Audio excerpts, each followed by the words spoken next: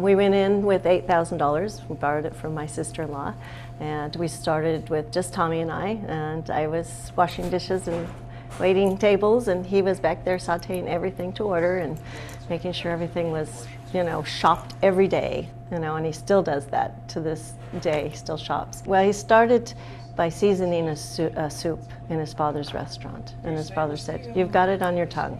You know how to season things, just with salt and pepper."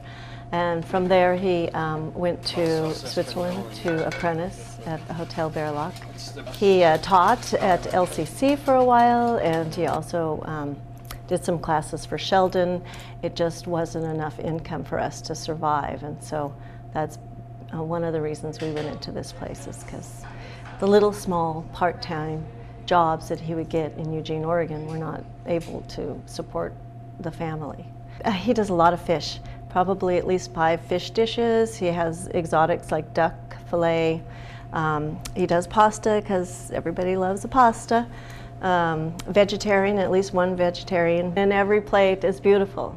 It comes out, people want to take pictures because it's like so pretty. It's, designed. He designs it. And that's part of the whole dish too. It's not just the flavors and the texture and the freshness, it's also his art on a plate. He's amazed me the first time I saw him cook, and he still amazes me to this day.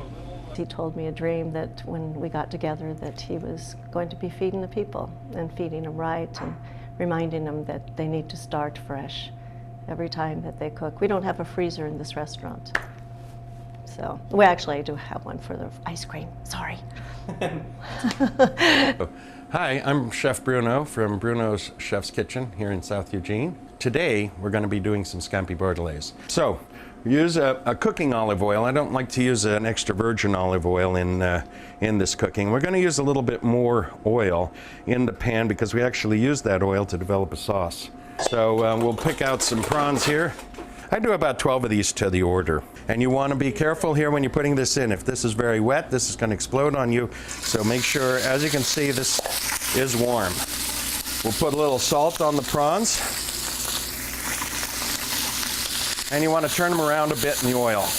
And as you see them, they curl up a little bit and they're starting to get red and pink. There's still a little bit of rawness left there. This is the time you start your sauce. Now we'll use a nice heaping spoonful of shallots. A heaping spoonful of garlic. Have a nice dry wine. This is a Chablis, a cooking wine. The better the wine, the better the flavor of the sauce.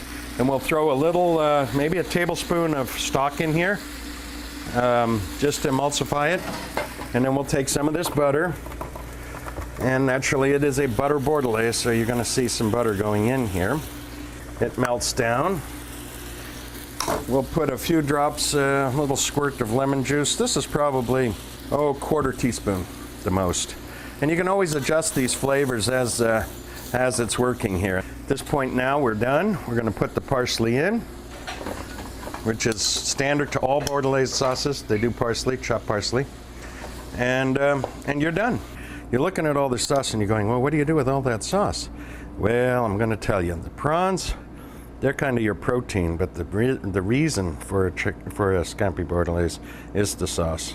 And when you take the bread and you dunk in the sauce after your prawns are done, you go, oh, why did I eat the prawns? I would have just eaten the sauce with the bread.